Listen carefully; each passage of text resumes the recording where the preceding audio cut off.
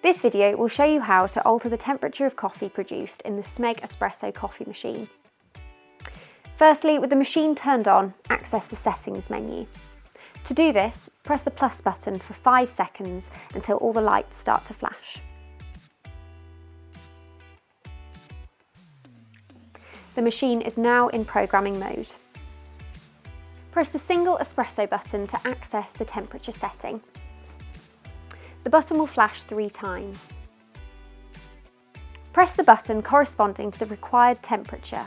Low is a single shot button, medium is the double shot button, or high is steam.